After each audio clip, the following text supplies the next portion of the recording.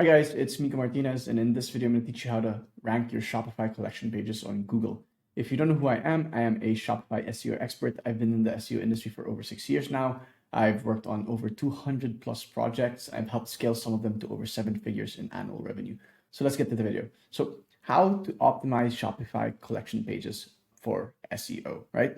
Before we go to how, I'd like to first explain why it's important that we optimize the collection pages for SEO. So for most e-commerce brands, it's not always the case, but for most e-commerce brands, for Shopify stores with over 50 products, collection pages usually drive 80% of organic revenue, right? These are your product category pages. And the reason for that is simple. These product category pages or these collection pages are just broader entry points, right? They just have higher search volume, right? Just imagine or think about blenders versus Vitamix blender, espresso machine versus Breville Barista Express espresso machine, vacuum cleaners versus Shark Wand Vac handheld vacuum.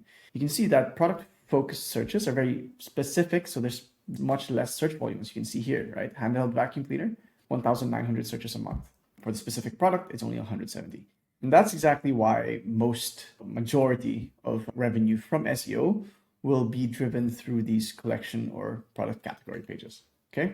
Yeah. So how do we optimize these collection? By the way, this is our training on collection page SEO. If you want access to this whole training and a bunch more, technical SEO, site speed optimization, keyword research, product page SEO, link building, etc., you can find them all on our school community. It's only $14. So yeah, if you're interested in learning all of this, join. There should be a link in the description. Anyway, back to the training.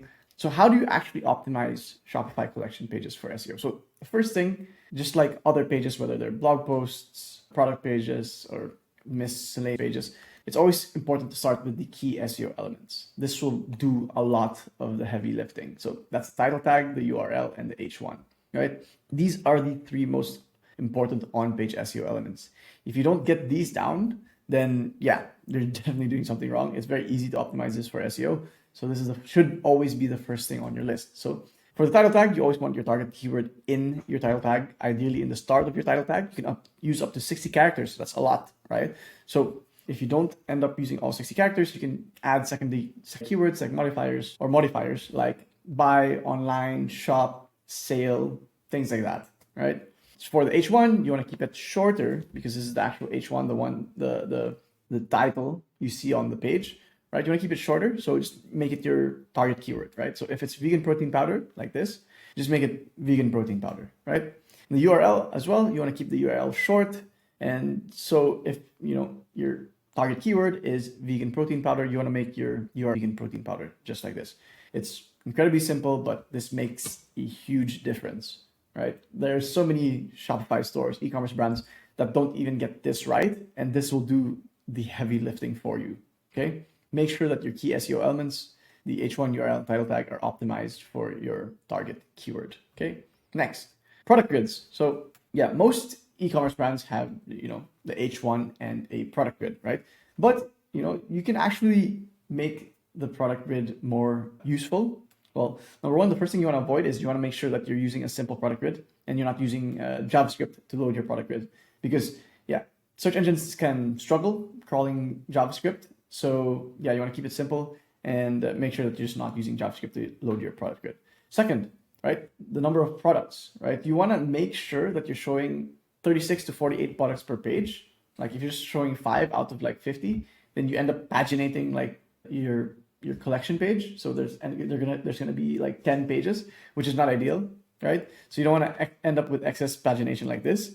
So you want to show as many products as you can on a single page without compromising site speed. And that's usually like 36 to 48 products, right? And it's just a better user experience overall, not having to click through all those pages.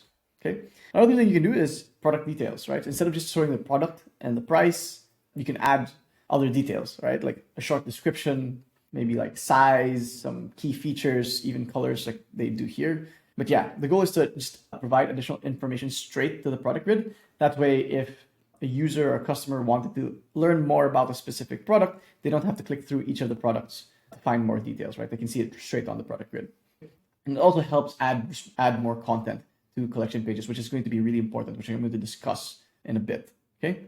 Yeah, faceted navigation. If you have a ton of products on that collection or product category page, faceted navigation can help. It helps user experience. It allows customers to, basically filter through all those products if there's a lot of them, right? And that's usually where most e-commerce brands stop, right? It's just the H1 and the product grid. But that's not ideal, especially for SEO. It might be okay if you're not optimizing for SEO, but for SEO, you actually want to add more content to these pages, right? Because, if you just have the H1 and the product grid, it makes it difficult for the search engine to understand what the page is about. And number two is just like, there's just not enough content on the page, right? Like you're supposed to show the search engine or demonstrate to the search engine that you're the expert or authority in your industry. And you just can't do that if you just have an H1 and the product grid. So yeah, you want to add more content to the page. This is typically what you want to do. More content means more relevance for the search engines. It provides the search engines more context as to what the page is about. And yeah, we've seen usually when a collection page has more content, they usually tend to rank better, right? And those are the two reasons. More relevance, just providing the search engine more context as to what the page is about. Just, gives you the opportunity to show the search engine that you are actually the expert or authority in your industry, right? And this is typically how we do it. This is how we structure our collection pages. H1, short description. We keep it short because if it's too long, it doesn't look good on mobile. It harms user experience on mobile. So we keep it short. The product grid, right? Whether you want to put product details or not, it's up to you. Detailed category description below that, frequently asked questions, and then featured reviews at the bottom. And we'll go through this fairly quickly right now. Yeah, short description. Again, you don't want to make it too long, because if it's too long, it ruins the experience on mobile. Keep it short. Detailed collection description. So this is where you can answer more questions about the product category, right? What makes it different from other brands, features and benefits, certifications, how-tos, etc., etc. And you don't want to make it too long. It's still a product category page. It's still a shopping page. It's not a blog post. So yeah, you want to keep it between 500 to 1,000 words. And if you need to expound on a certain topic, right? Like for example here, like, are protein shakes good for you? In this example on My Protein, like if you need to expound on a certain topic like that, just create a dedicated blog post and internally link that section on your collection page to that dedicated blog post, right? That's really how SEO works. And that's ideally how you set it up, right? Yeah, here, description, internal links. Like when you have a collection, like a longer collection description, you just have more internal linking opportunities, which allows you to demonstrate to the search engine that, okay, this brand, this entity, this website is answering all the potential questions a user might have around topic XYZ. It should be the expert or authority in this industry. So let's rank it, right? Not just the blog posts, but the shopping pages, right? Yeah. Again, like I'm breezing through this because I'm going through the most important things, the most important factors. If you want to go through this in your own time, again, I recommend you join the school community. There's a link in the description. Yeah. FAQ according. Yeah. Again, this is another great way to add content to the page, answering frequently asked questions your potential customers might have about that product category, right? Again, just a way to add more content. You're answering and you're improving user experience. You're answering questions that your customers have. And again, like, don't make it too long. You can keep it short like this. And if you need to expound, create that dedicated blog post, internally link from that FAQ to the dedicated blog post. And yeah, the dedicated blog post link back, because, in the end, the priority is to rank the collection page, not the blog post, right? So you always want to link back. Yeah, so this is how it looks like. Featured reviews. Yeah, and the last thing you can do, which helps a lot, is just manually find great product reviews and feature them on your collection pages, right? They do two things. They help with conversions. And number two, if you can find reviews that have your target keywords in them, that are keyword rich, they actually improve SEO as well. And like, I wouldn't suggest using another app here. I would just manually do it through HTML, right? Either in the description or custom meta fields, right? And yeah, that's it. That's how we recommend optimizing collection pages for SEO. Just using this structure. This structure has worked really well for us. We've used this structure on several brands already, and this is always what we go with. Again, it helps differentiate you from other brands that just have the H1 and the product grid. Adding more content really shows or demonstrates to the search engines that, okay, this brand is actually the expert or authority in their industry because, yeah, they're just providing more information. They're just answering more queries, right?